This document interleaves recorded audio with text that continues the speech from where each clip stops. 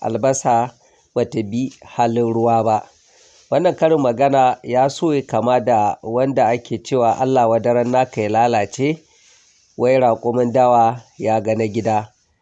Abinda wannan karin magana yake nufi na albasa bata biyo halin ruwa ba shine, idan ya kasance akwai waɗanda suke da na gaba da su ko kai tsaye a ce iyayensu, to amma sai kasance su iyayen nasu sun fi su nagarta ta wajen ɗabi'u da mu'amaloli na yau da kullum tsakaninsu da abokan hulɗansu.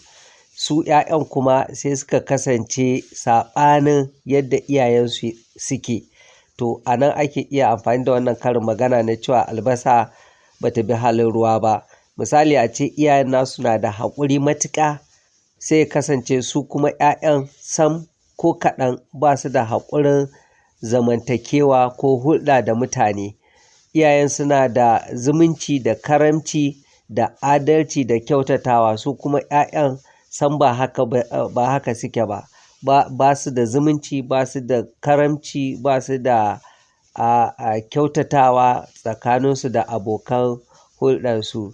Ko kuma a ce iyayen nasu na da kyauta, su kuma 'ya'yan su zama marowata na ƙin ƙarawa. Iyayen su zama cewa mutane ne masu hangen nesa da sanin ya kamata, su kuma 'ya'yan su kasance saɓanin haka, wato ba su da sanin ya kamata da sauransu. Lafiyayyen ruwa shi ake ba wa albasa a yayin da ake renonta har ta girma. To amma ita albasar idan ta girma sai ta kasance tana da yaji. Kenan da a ce albasar ta bi halin ruwa, da bai kamata ta yi yaji ba.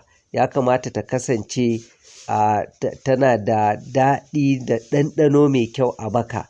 To amma kuma ita sai ta kasance ba haka ba. To kun ga a nan kwatankwacin yadda aka kawo wancan karin magana na cewa Allah wadaran naka ya lalace, raƙumin dawa ya ga na gida. Kenan ashe idan aka duba a taƙaice, za a ga cewa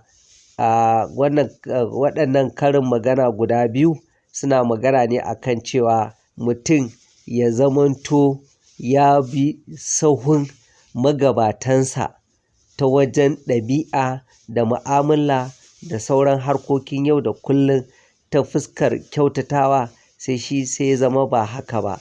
Kamar yadda za a ga cewa yadda aka ce ɗan malam ya ƙi halin malam, a maimakon tunda su iyayensu malamai ne, su kuma sai suka fito a shaƙiyyai a madadin su kasance malamai. A nan zan dakata, tare da fatar za mu haɗu a darasi na gaba, tare da fatar za a yi liking, za a yi sharing, za a yi subscribing. Ku huta lafiya.